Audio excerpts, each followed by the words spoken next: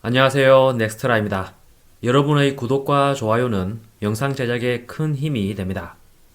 2016년 3월 바둑 프로 기사인 이세돌 구단과 구글 딥마인드가 개발한 인공지능 알파고가 세계 역사에 남을 대결을 펼쳤습니다. 그리고 결과는 예상을 뒤엎고 4대1로 알파고가 승리해 충격을 안겨줬었죠. 하지만 경기 전만 하더라도 바둑계에서는 대부분 이세돌의 승리를 점쳤습니다. 그리고 이세돌 구단 역시 본인이 승리할 것으로 생각했는데요. 반면 과학계에서는 이세돌이 완패할 것이라는 예측도 조심스럽게 나왔습니다. 한편 대형 포털이나 언론사 등이 실시한 한국 네티즌들의 승패 예상 인터넷 투표로는 84에서 93% 정도가 이세돌의 승리를 예상했습니다. 하지만 대국 결과 알파고가 승리하자 그동안 컴퓨터가 어떻게 인간을 이겨 라는 인식이 한순간에 무너지는 결과를 가져왔습니다. 반면 이벤트 측면에서는 구글과 바둑계 양쪽 모두의 승리라는 의견이 지배적입니다. 왜냐하면 양쪽 모두 엄청난 홍보 효과를 거뒀기 때문인데요. 유럽이나 미국 언론들도 인류를 지키기 위한 한판이라며 크게 관심을 보였으며 무려 50여 개의 외신이 출입증을 신청했다고 합니다. 게다가 이세돌 구단은 패배하고도 강력한 인공지능을 이길 수 있었던 거의 유일한 사람이라고 호평을 받고 있습니다. 한편 이세돌 구단이 한 방송에서 가진 인터뷰에서 자신이 은퇴하게 된 결정적인 이유가 알파고와의 대결 때문이라 밝혀 화제가 되기도 했는데요. 은퇴를 하게 된 이유에 대해서 이세돌 구단은 저는 자부심이 있었거든요. 어쨌든 제가 거의 최고다. 최고의 한 사람이다 라는 게 있었는데 AI가 결정타를 날렸다고나 할까. 결코 이길 수 없는 존재의 등장. 그런데 우리끼리 바둑을 잘한다고 해서 이게 큰 의미가 있는 건가? 제가 원래 바둑을 6, 7살 때 배웠는데 그때는 예와 도, 예술 같은 것으로 배웠어요. 바둑은 이기고 지는 게임이 아닌 예술이었어요.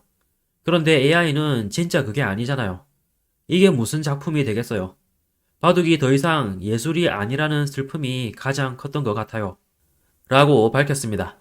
그런데 인공지능과 바둑의 대결이 화제가 된 것은 비교적 최근의 일이지만 인공지능과 체스 세계 챔피언의 대결은 이미 1997년에 이루어졌습니다.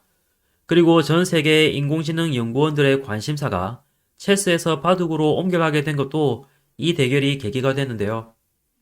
1997년 5월 11일 미국 뉴욕 에키터블 센터에서 세계 체스 챔피언으로 러시아인인 게리 카스파로프와 IBM이 개발한 슈퍼컴퓨터 딥블루가 6차례에 걸친 승부를 겨뤘습니다. 카스파로프는 당시 지난 12년 동안 각종 대회에서 한 번도 진 적이 없는 무적의 챔피언이었는데요. 사실 1년 전에 가진 딥블루와의 첫 대결에서도 3승 2무 1패로 승리했었습니다. 그러나 1997년 경기에서는 1진 1퇴를 거듭했고 급기야 6차전에서는 방어에만 급급하다가 불과 19수 만에 패배를 당하고 말았습니다. 그리고 결과는 1승 3무 2패로 카스파로프의 패배로 끝나고 말았습니다. 시합 전에 카스파로프는 실수만 안 하면 인간이 컴퓨터에게 절대 질 수 없다라고 장담했지만 물거품이 됐습니다. 그리고 그는 패배 직후 충격과 분노를 견디지 못하고 판을 뒤엎고 뛰어나갔다가 나중에 관계자들에게 사과하기도 했는데요. 하지만 카스파로프는 그 이후에도 인간에게서 착각이라든가 부담감, 피로로 인한 집중장애 등을 제거할 수 있다면 컴퓨터에 질 까닭이 없다. IBM은 컴퓨터의 체스 실력을 향상시키기보다 나를 이기는 데에만 맞춰 프로그래밍 한 것 같다라고 불만을 토로하며 패배를 인정하지 않았습니다. 반면 카스파로프의 코치였던 프레데릭 프리델은 딥블루가 마치 지능을 가진 것처럼 여러 수 앞을 내다보면서 공격적인 행마를 펼쳤다라며 감탄했다고 합니다.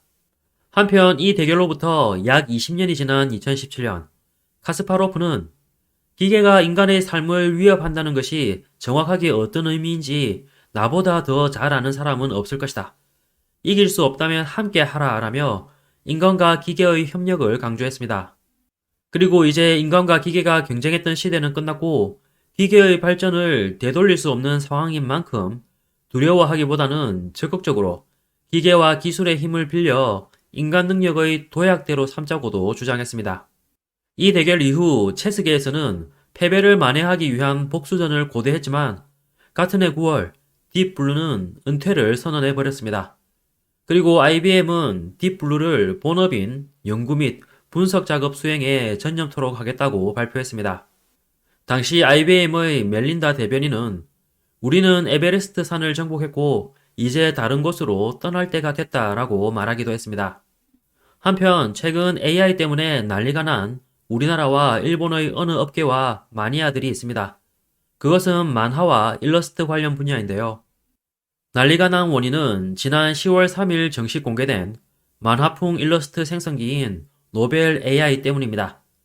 그런데 이 AI의 성능이 눈 높은 사용자들의 예상보다 훨씬 뛰어나 엄청난 화제가 되고 있다는 것입니다.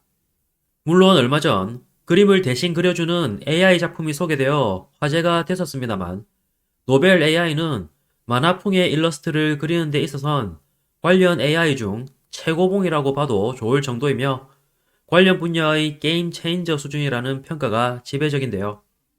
이 AI가 공개된 첫날 트위터 실시간 트렌드에 오르며 여러 커뮤니티에서 화제가 되는 등 폭발적인 인기를 끌었던 것은 물론 사람이 너무 몰린 탓인지 신규 가입자들의 구독이 막히기도 했습니다. 참고로 이 AI는 대충 그린 그림이나 키워드를 넣어주면 완성된 그림을 생성시켜주는 기능이 있습니다. 예를 들어 지금 화면에 나가는 것과 같이 사람이 대충 그린 그림을 넣으면 지금 화면에 나가는 것과 같이 완전히 새롭게 재구성된 그림이 생성되어 나오는 원리입니다. 이에 일본 트위터에는 한 일러스트 작가가 어느 날 갑자기 제작 의뢰가 끊겨 당황하고 있었는데 노벨 AI 때문이었다며 한숨 짓는 내용이 올라오기도 했습니다.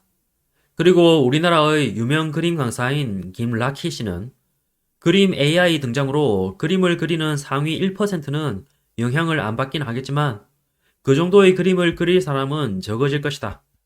또 앞으론 그림을 안 배우더라도 수정만 할 줄 알면 그림을 완성할 수 있을 테고 그건 막을 수 없을 것이다. 그림 그리는 분들은 고민을 해봐야 한다. 그림 연습을 엄청나게 한다고 해도 그 후의 대가는 돌려받을 수 없는 상황이 올 것이다. 앞으로 그림 쪽 경쟁률은 더 거세질 것이다. 라는 의견을 밝히기도 했습니다. 이렇듯 AI가 슬금슬금 인간이 작업하고 있던 영역에 파고들고 있습니다. 앞으로 10년, 아니 5년 후에 이 세상의 모습은 어떻게 변해 있을까요? 이번 영상도 끝까지 시청해 주셔서 감사합니다. 오늘도 좋은 하루 보내시길 바랍니다.